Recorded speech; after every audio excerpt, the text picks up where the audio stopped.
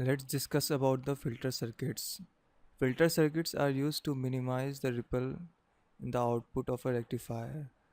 So starting with the basics, we can use either inductor or capacitor for a filter circuit. So let's see the use of a capacitor as a filter. So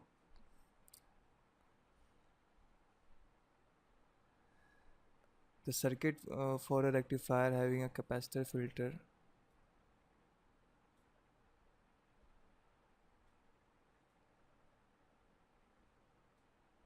is like this. This is the capacitor. This will be the load resistance RL.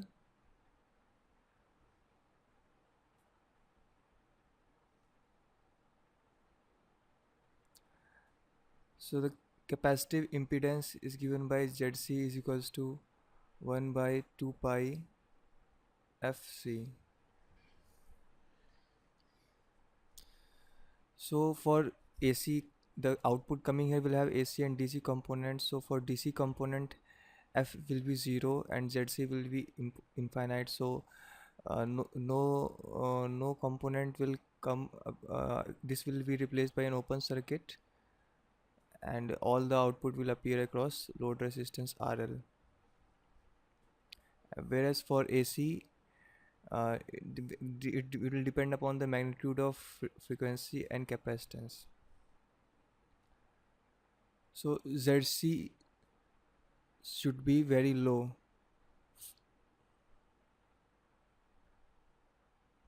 for AC components.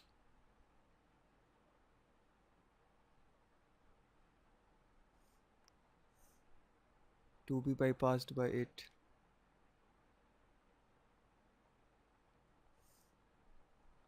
So for that, C should be very high.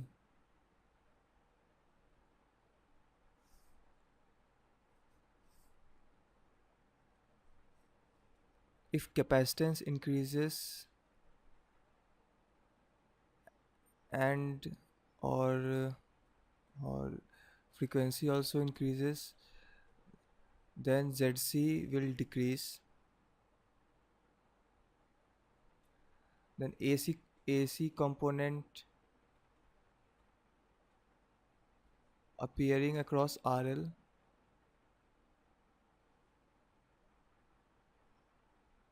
will decrease.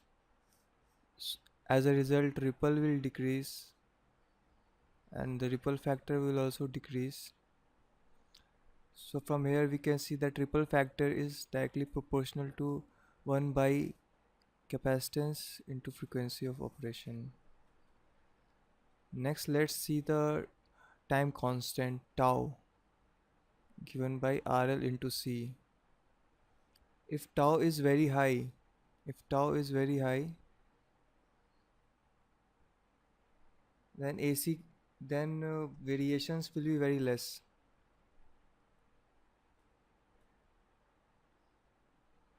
Variations will be less as it will be difficult to charge and discharge the capacitor very easily. So ripple component will be decreased. So as a result, ripple will decrease. So we see that ripple factor is inversely proportional to 1 by time constant. So from this 1 and 2, we can see that ripple factor is directly proportional to 1 by RL C into F. So for low load resistance, if load resistance is low, then ripple factor will be high. So this capacitor filter will be ideal for high load resistance circuit. Next we can see the use of inductor as a filter. Here we have rectifier circuit, the output from which is fed to the inductor, and it's taken through this load resistance RL.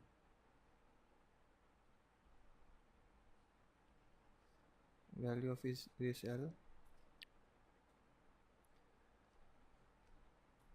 ZL is given by 2 pi f into L. So ZL should be high to block the AC. ZL should be high to block AC, AC components, so that only DC appears at RL. So for that, both L L should be high and F should be high. Then only AC at output will be low, ripple will be low, and ripple factor will be reduced. So we can see that ripple factor is inversely proportional to product of frequency into inductance. Next we can see the time constant. Tau is equal to L upon RL. So if time constant is high, then variations will be low, so ripple will also be low. So to make time constant high, L should increase and RL should decrease. So we see that ripple factor is directly inversely proportional to 1 by time constant, and is like, and time constant we can substitute in these equations, and from this, let's say this is equation number 3 and equation number 4. So from 3 and 4 equation, we get ripple factor is directly proportional to RL upon FL.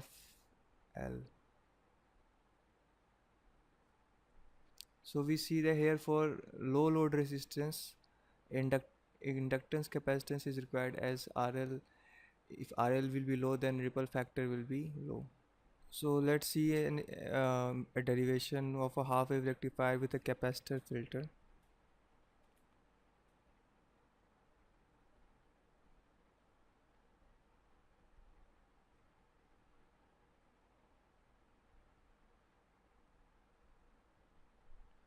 How it charges and discharges and the ripple is reduced. So let's see first the circuit diagram. This, through transformer we get an output, AC output here, and then this this diode, and this is the capacitor here, and we have a load resistance here RL. Across it we will take V output. This portion is the filter. This capacitor is here, the filter.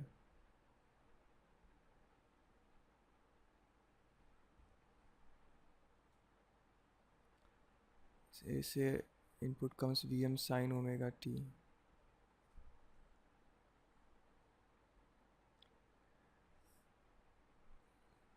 Then initially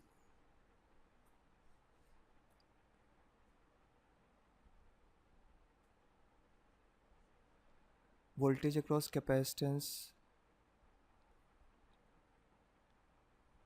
before the application of start of cycle and after just immediately is 0, because capacitor doesn't allow sudden change in voltages.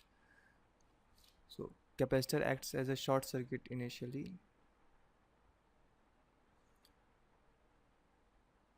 and for that period tau, the time constant of the circuit becomes RF parallel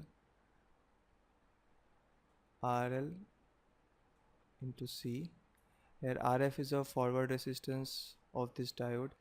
As this becomes short circuit, the diode will be forward biased, so all net resistance appearing across this capacitor will be RF and RL. So we have seen it, this is parallel and product with C. This is the value of this capacitor here is C.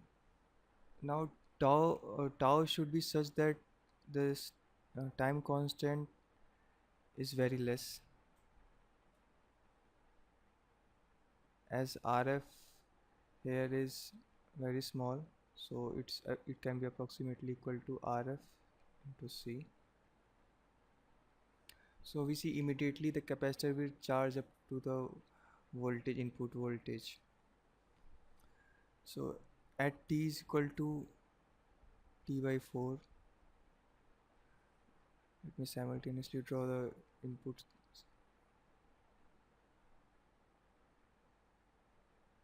This is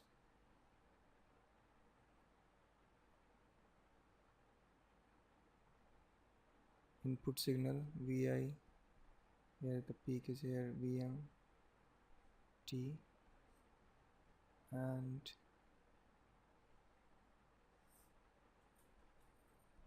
here we have V output. So it rises at and charges up to the peak voltage Vm at time t by 4. The capacitor is charged, and now the input voltage across this capacitor starts to decrease, so the diode will become reverse bias and will be replaced by an open circuit, and the capacitor will discharge through the load resistance. So the discharge time constant T will be equal to RL into C, and this should be designed so that it is much greater than the time period of this input signal. So after then this input cycle again become positive in the next cycle. Till then the capacitor will discharge, starts to discharge slowly, and as suppose it reaches this point, next cycle point here, and if slowly it discharges to this value, and again it will start charging to this peak value, this peak value. So we see that this will be the charge interval, and this will be the discharge interval.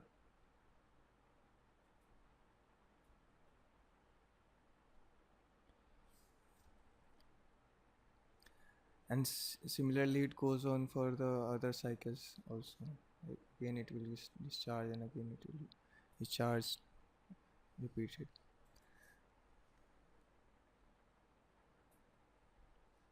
So T discharge plus T charge is equal to total time period, as T discharge is much greater than T charge, so time period is approximately equal to T discharge, and is equal to 1 by frequency of operation.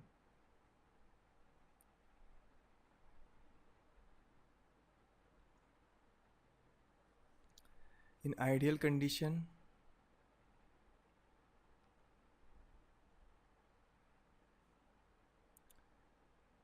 if RLC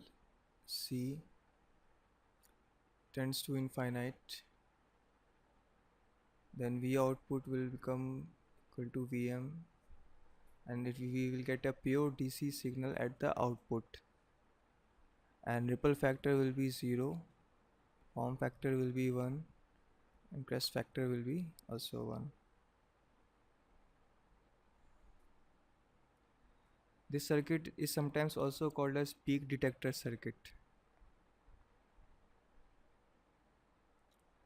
It's a positive peak detector.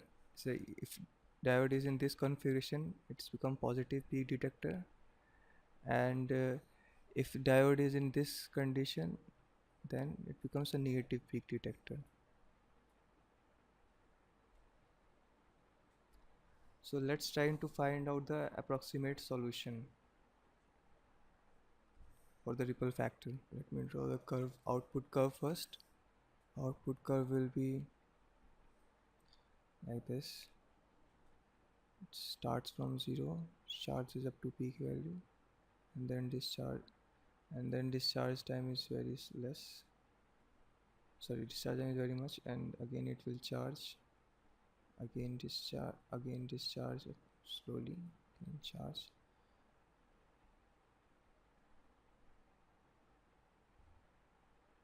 It the lowest point, and this is a maximum point in the ripple.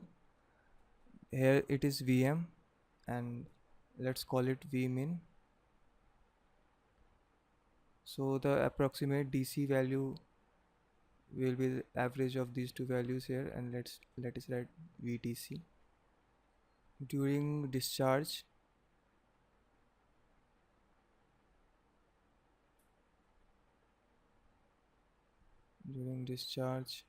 V output will appear as a voltage across capacitor, as the diode is reverse biased and open circuited. So diode will start to discharge from its peak value Vm, and approximating as it becomes very small, so it can be written to be 1 by T by RLC. If RLC is very high, then it can be approximated to be this value. And VDC is equal to Vm plus Vmin by 2.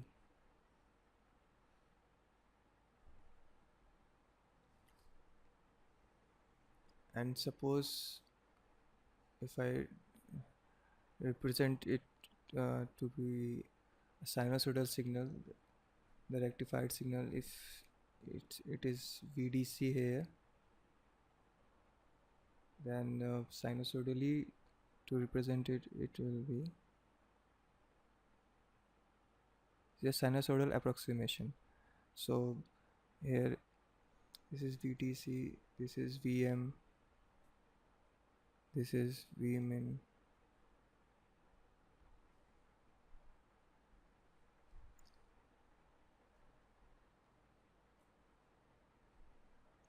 So V ripple is defined as peak to peak value of ripple voltage.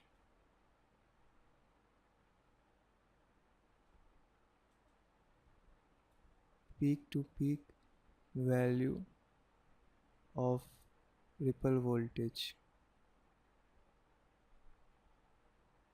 This is the ripple voltage, this sinusoidal.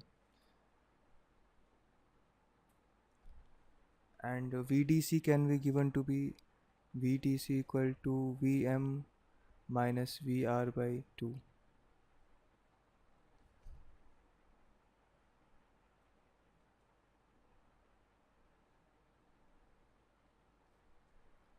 Vr also is equals to Q discharge by C. During the discharge cycle, the amount of charge dissipated by the capacitor, amount of charge released through the capacitor defines the ripple voltage. This is for approximation only. So here DC current will be equal to IDC equal to half of Vm plus Vmin by RL. Load resistance equal to VDC by RL, and Q discharge equals to VDC by RL into time, discharge time TT, and we have seen that discharge time is very much higher than charge time, so it is approximated to the period of the input signal. So it is VDC by RL into T. So VR comes out to be IDC into T upon C.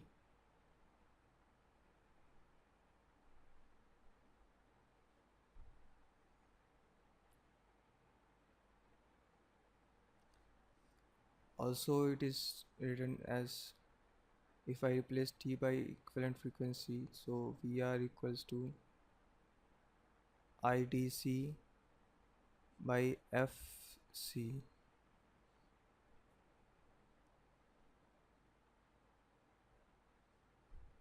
Another equivalent representation will be VR equals to VDC upon RL into FC.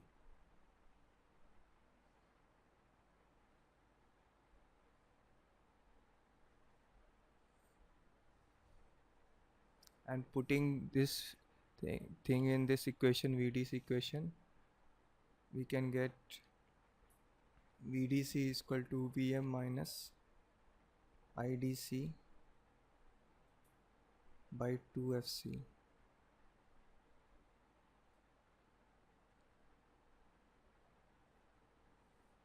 We can draw the Thevenin equivalent also.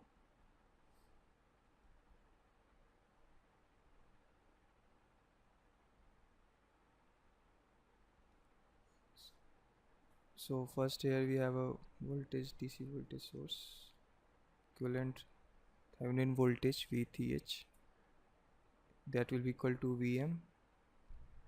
Here we have Thevenin resistance RTH, that will be equal to 1 by 2FC.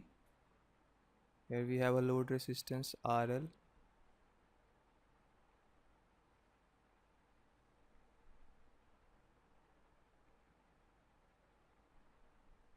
The voltage appearing across load resistance VDC. So comparing, we get VDC equals to V Thevenin voltage minus IDC into R Thevenin voltage. And we have already stated VTH, where VTH will be equal to VM and RTH is equal to 1 by 2 FC. Let's calculate ripple factor.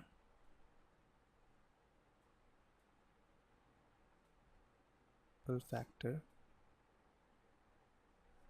So we have seen that the output looks something like this. It charges, discharges, charges, again discharges.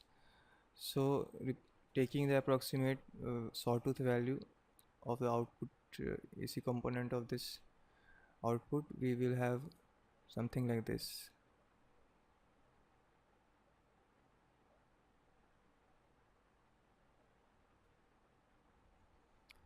It is V max and this is V min. This point is VTC. This peak to peak value is V ripple. So we know for a sawtooth or triangular wave, VAC RMS value is given by V peak by under root 3. So here this we will have V peak by under root 3 substituting the value of VR here. So V peak here will be VR by 2. So we have VR by 2 root 3. So suppose if we remove the DC component and bring it down here, then this peak value will become VR by 2 here. So that's why I have written VR by 2. So it is equal to IDC by 2 under root 3 FC equals to VDC by 2 under root 3 RL FC. So ripple factor is given by R VAC RMS upon VDC. So putting value of AC RMS in this equation, we will get 1 by 2 under root 3 FC into RL. This is value of ripple factor. This is an important relation. Here I have drawn a comparison for a half wave rectifier with a capacitor and a full wave rectifier with capacitor for various parameters such as ripple frequency, ripple voltage, DC output voltage and ripple factor. So for a full wave rectifier, ripple frequency is twice And in each of the relations for half wave rectifier, if you substitute f with 2f, then you can get the results for full wave rectifiers also. Now let's look at some other parameters.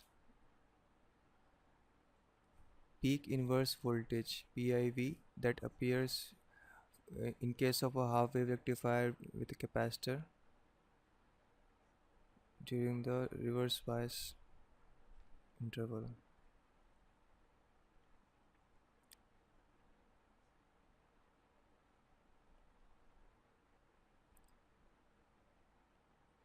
During the reverse cycle, this will be negative half cycle, this will be Vm, and this capacitor will be fully charged up to the peak value voltage Vm.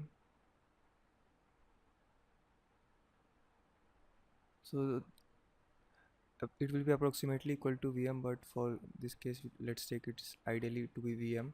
Then maximum voltage will be the sum of these two voltages plus Vm and again this Vm. So PIV here will be equal to 2 Vm.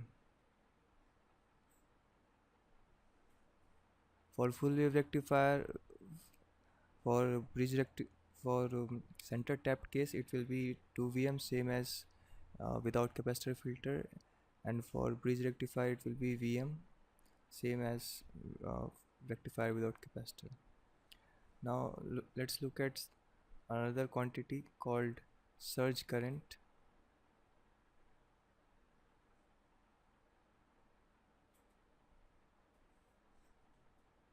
Let's start with the discharge cycle. During T discharge, capacitor will discharge, so the net charge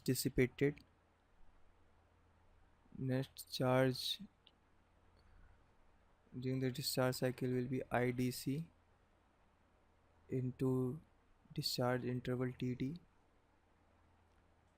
and during charge cycle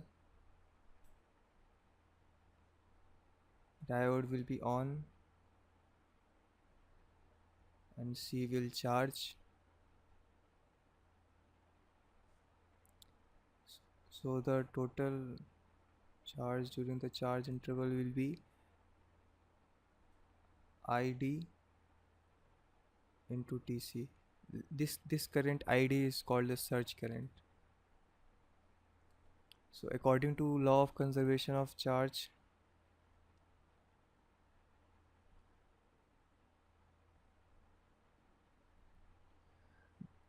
the net charge acquired during the charge cycle will be same as the net charge released during the discharge cycle.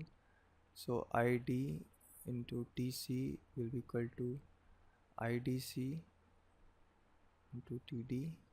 So this diode surge current is equal to IDC T discharge into T charge. If T charge is very small, then the diode surge current can be very high and it may damage the diode. Another thing is conduction angle.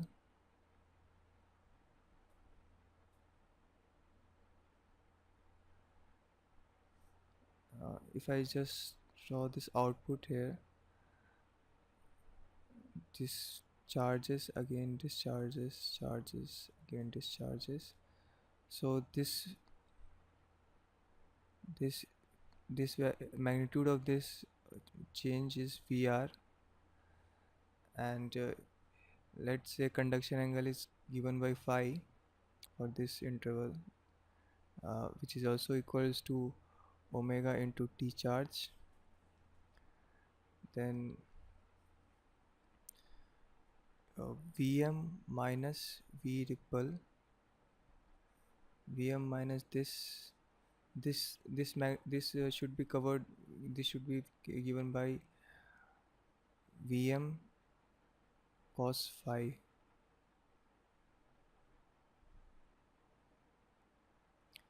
and uh, as phi is small here, so expanding and approximating the cos phi term, we will get 1, this will be similar to 1 minus phi square by 2.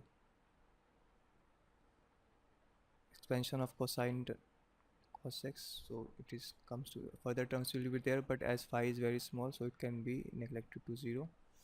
So now again rewriting this, Vm minus Vr is equal to Vm minus Vm phi square by 2.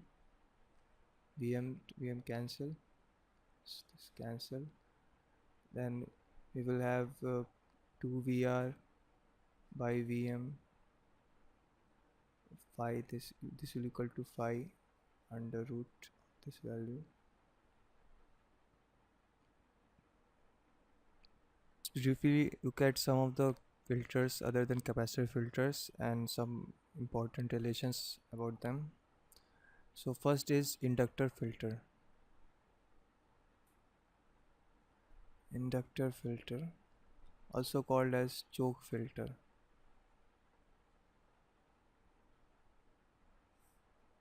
So taking example of full wave rectifier, center tapped.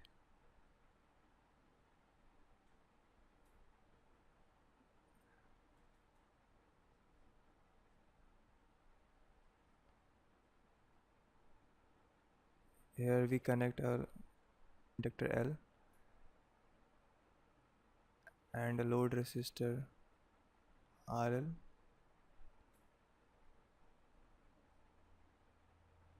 and at this point we take V output. So the ripple factor, without going into much derivation, the ripple factor for this circuit is simply 2 by 3 under root 2 1 upon root 1 plus XL by RL whole square of this ratio.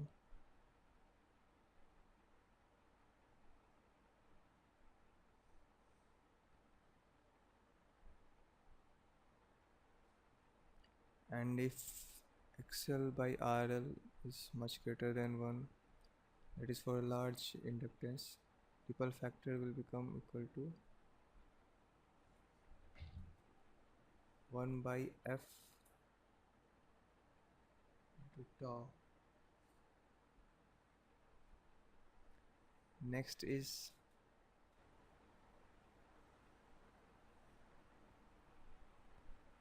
LC filter.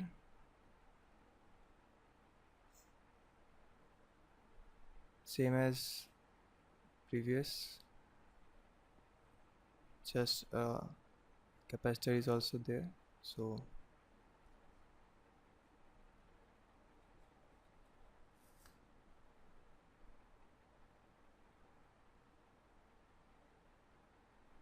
first we have this inductor L, then a capacitor C,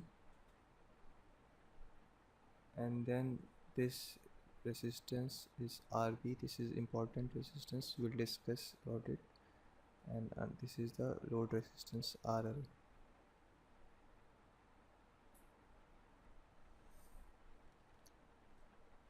So for this, ripple factor is given by R is equal to 2 under root 2 by 3 XC by XL.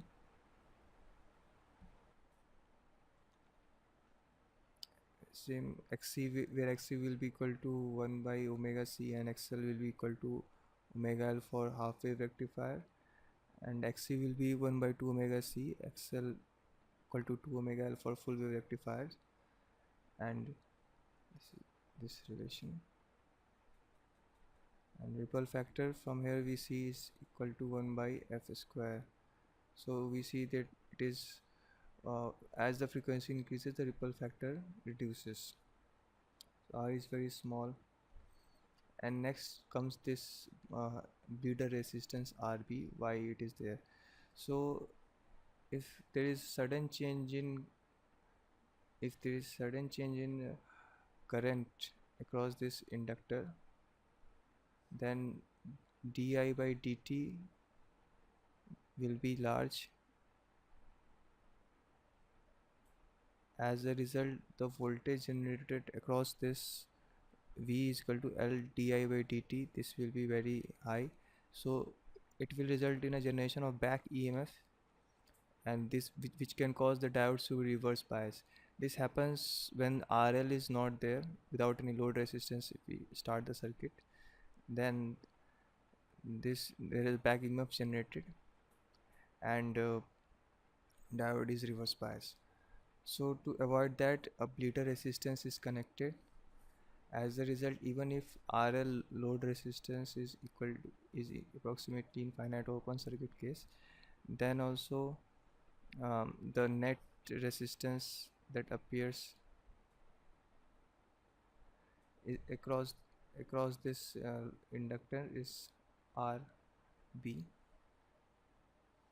and tau equal to L by RB will be a finite value, so it will take some finite amount of time.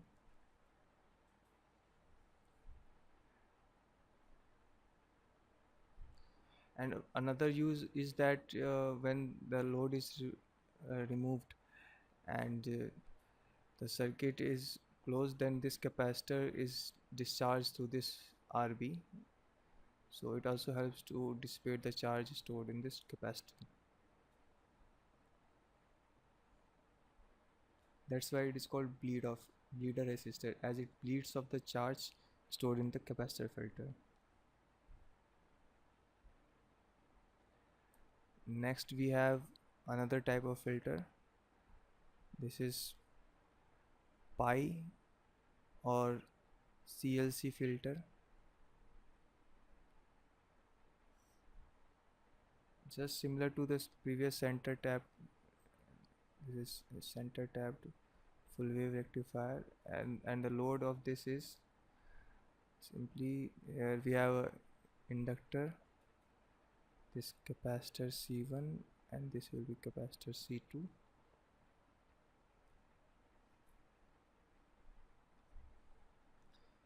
and then this is the load resistance RL.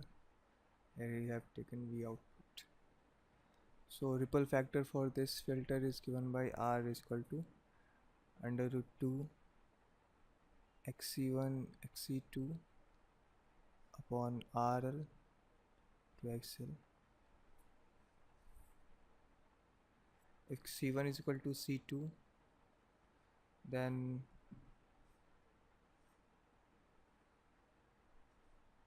C1 equals to C2, then these relations become R is equal to under root 2 XC square upon RL into XL.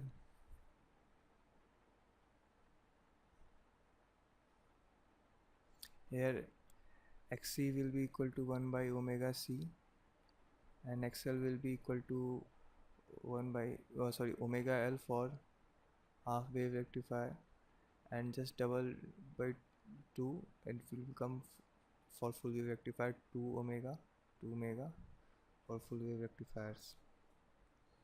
So in this case, our ripple factor is 1 proportional to cube of frequency, inversely proportional to cube of frequency, so it is still lesser than the previous filter. Another type of filter will be pi or CRC filter. Instead of inductor, we are using here a resistor. So again, this is the center tap full wave rectifier, and from this output we are having this resistor R, this capacitor C1, yes, capacitor C2, and in parallel I have this load resistance RL. Here output voltage is taken.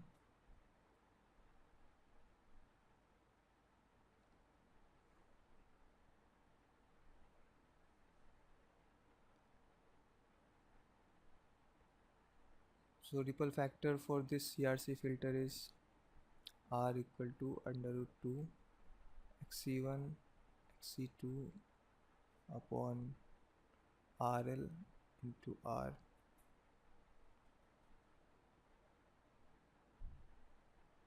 Again,